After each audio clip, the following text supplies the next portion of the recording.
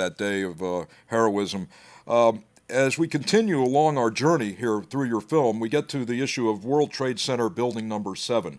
And this was, I found, to be one of the most curious examples of video on your film, in that the building came down 7 hours after the Twin Towers came down. Right. And there is some conjecture as to how that went down, but the leaseholder, Larry Silverstein, with Silverstein Properties in Manhattan, very well known, very big wig in real estate, and he was the one who was in charge of the whole World Trade Center operation there, which included the Twin Towers and 4 or 5 other buildings.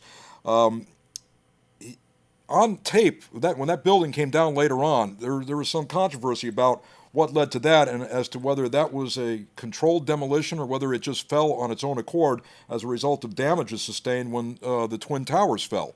What are your thoughts on that? Well, he did make an admission, and I believe you've got that clip pulled. And yeah, let's go ahead and take a look at that, and then we'll talk about that. Go ahead and run that. I remember getting a call from the fire department commander telling me that they were not sure they were going to be able to contain the fire. And I said, we've had such terrible loss of life. Maybe the smartest thing to do is pull it. And they made that decision to pull, and then we watched the building collapse. Now, if you take a close look at that video, you see the way the building comes down, and the reference that Mr. Silverstein makes to the term pull it, which seems to be a vernacular that's popular with people who demolish buildings for a living. Correct. Correct. When you see the building go down, and I know we all have seen controlled demolitions before, where they try to implode the building so it falls into a footprint and does not spread out to cause ancillary damage and so forth. The drop of World Trade Center number 7 looks curiously like a controlled demolition. The way it just drops into its own footprint, actually caves a little bit in the middle at the top, so it falls into itself and then just drops straight down. Exactly. And this is just simply not possible considering the damage that they claim that the building incurred. Now, we've seen aerial photographs of Building 7. There were several photographs, one of which was published in the Popular Mechanics magazine, and we can clearly see that the roof of the building was unscathed. There was no damage to the roof. There was no damage to the north, east, or west sides of the building. We can't comment on the south side because we have not yet been able to obtain photographs of the south side. But according to the Popular Mechanics article, they said that some debris had hit the south side, started the fire, and that's what created the collapse. Now, some of the video that you've seen there, when you examine it in slow motion, you could actually see squibs, puffs of smoke coming out of the far corners of the building. Right. Now, they said in the Popular Mechanics magazine that the damage was from the 10th floor down, and yet this 47-story building had squibs popping out of the upper floors just before it began its collapse. Now, the other problem that we have with this is when Popular Mechanics published their photograph and said, notice the roof line kink that signals the impending collapse. That was not a photograph showing damage before the collapse. That was a frame from the video of the collapse. So that was disingenuous at best of Popular Mechanics to do that. And their entire article has so many holes in it, it looks like Swiss cheese. So it's absolutely mind-boggling how the powers that be could expect America to see these video clips and not have these questions. They are compelling to watch, and I know there is a lot of evidence that rebuts a lot of what's in your film as well too, and so I guess it's a matter of which way you want to go on this. And I know that you played this film down the middle, but you do have some thoughts as to what it might all mean if, in fact, you are in the right direction on what you suggest these activities may signify. Let's talk a little bit about that, because actually I got a break coming up here in about 30 seconds. But Okay.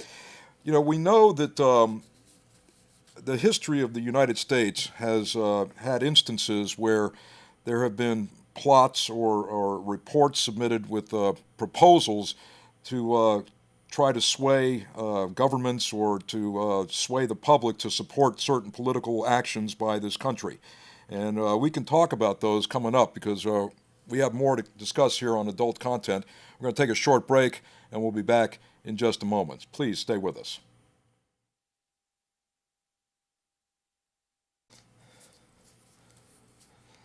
All right, we are talking with Dave Von Kliest, a filmmaker and a radio talk show host who is not thoroughly convinced that the official account of 9/11 is on the level. And based on his movie, 9/11 in Plain Sight, a documentary of events that occurred that day based on clips and audio and things that he was able to assemble after doing a lot of research, he's put together some compelling information that I think is worth a peek if you have any curiosities about what went on that day. Now, Dave, as I mentioned before we went to the break, talking about in the past, this country has created pretexts before in order to sway public opinion. Do you have any thoughts on that? Because you did pose some scenarios in your film. Well, as they say, if you don't know your history, you're destined to repeat it. And if we look at the history, not just of the United States, but of other countries, in a quest for more and more oppression and power, we find that, yes, governments are involved in distortion of facts or actually generating conflicts so that they can somehow benefit. And even President Eisenhower, in his farewell address, warned America to beware of the military-industrial complex. Don't ever let it get control. And unfortunately, that's exactly where we are right now. And when we take a look at events through history, we look at Pearl Harbor. We now know that Pearl Harbor was not quite the surprise attack that we were all told. Lieutenant Commander Kenneth Landis was there. He's written a book called The Pearl Harbor Deception. And he explains that they had intel almost 2 days ahead of time. They knew the attack was pending, but they needed an entry point into the Second World War. Right. So they sacrificed 2,000 of our men and women in uniform. Mm-hmm. Fast forward to 1961, the escalation of hostility between the United States and Canada and the the United States and Cuba and the Cuban Missile Crisis. They needed and wanted some sort of a way to generate hostility and get the American people behind the concept of a military strike against Cuba. And so the Joint Chiefs drew up something called the Northwoods Document. And you can look this up. Don't believe me, folks. Look it up yourself. The Northwoods Document was a plan to shoot down our own planes, sink our own ships, and have terrorist attacks on our own soil and blame them all on the Cubans. Mm-hmm. One scenario actually had them taking a drone, not an airplane, painting it identically to a commercial airliner and then shooting it down. Mm-hmm. And then we look at the Gulf of Tonkin. We know that didn't happen the way that they said it did. Absolutely. History keeps on repeating itself. And now we have to ask the question, and this is a tough question people don't want to face, who benefits? Mm-hmm. Did some ragtag Afghanis in a cave with a laptop benefit from being bombed into the Stone Age and having a provisional government put in place? I don't think so. We also took a look at, I think we talked about this yesterday, at the FBI Most Wanted website. Osama bin Laden's Most Wanted poster has no mention of 9/11.